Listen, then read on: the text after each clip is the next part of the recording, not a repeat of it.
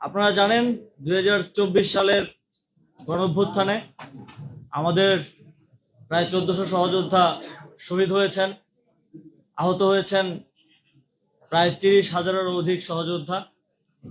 বাংলাদেশের ইতিহাসে অত্যন্ত গুরুত্বপূর্ণ একটি ঘটনা হয়ে থাকবে এই গণঅভ্যুত্থান, যে গণঅভ্যুত্থানের মধ্য দিয়ে একটা দীর্ঘ ফ্যাসিবাদী শাসনের পতন হয়েছে এবং তারপর আমরা নতুন বাংলাদেশ বিনির্মাণের যেই পথ চলা, সেই পথ চলায় অগ্রসর হচ্ছি।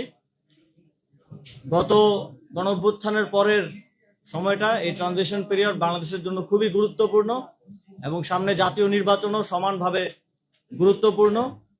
আমরা একটা গণতান্ত্রিক প্রক্রিয়ার মাধ্যমে একটা গণতান্ত্রিক সরকার গঠনের দিকে বাংলাদেশ এগিয়ে যাচ্ছে। এই সময়ে এছাড়াও আপনারা জানেন কিছুদিন আগে আমাদের একজন সহযোদ্ধা শরীফ ওসমান হাদি গুলিবিদ্ধ হয়েছেন এবং শহীদ হয়েছেন।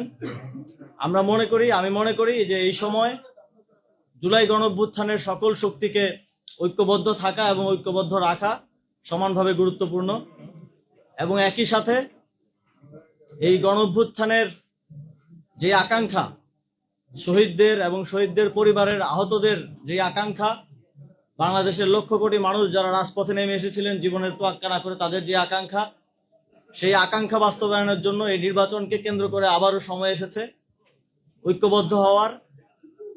সেই জায়গা থেকে আমি জাতীয় নাগরিক পার্টি এনসিপিতে আজকে যোগদান করছি এবং আমি আসন্ন ত্রয়োদশ জাতীয় সংসদ নির্বাচনে অংশগ্রহণ করছি না। আমি মনে করি যে আমার একজনের সংসদে যাওয়ার থেকে আমাদের জুলাই গণঅভ্যুত্থানের সহযোদ্ধাদের আরো অসংখ্য সংখ্যায় সংসদে যাওয়ার ক্ষেত্রে যদি আমি অবদান রাখতে পারি, আমার দায়িত্ব যথাযথভাবে পালন করতে পারি, তাহলে এর থেকে বড় সাফল্য আর কিছু হতে পারে না। এবং এই নির্বাচনে যেহেতু আজকে যেই নমিনেশন জমা দেওয়ার শেষ দিন ছিল, সবাই নমিনেশন জমা দিয়েছেন, আমরা প্রত্যাশা করি খুবই সুষ্ঠু এবং নিরপেক্ষতার সাথে, কোনো ধরনের হানাহানি ছাড়া আমরা এই গণতান্ত্রিক উত্তরণকে সফলতার সাথে বাংলাদেশ অতিক্রম করতে পারবে এবং এই গণতান্ত্রিক উত্তরণের পক্ষে আমি কাজ করে যাব। এবং একই সাথে আপনারা জানেন এই নির্বাচনে 2টি ব্যালট থাকবে।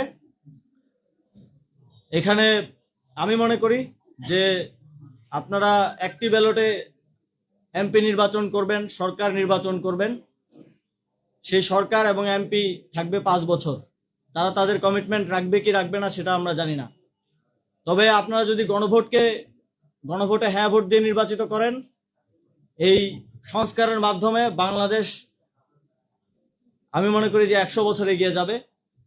এবং একই সাথে আমি আমার যে দায়িত্ব পেয়েছি দলের পক্ষ থেকে, একই সাথে আমার সহযোদ্ধাদেরকে নির্বাচিত করার জন্য আমি সর্বোচ্চ চেষ্টা করব এবং একই সাথে গণভোটে হ্যাঁ ভোটকে জয়যুক্ত করার জন্য জাতীয় নাগরিক পার্টির পক্ষ থেকে আমরা আমাদের সর্বোচ্চ চেষ্টা করে যাব।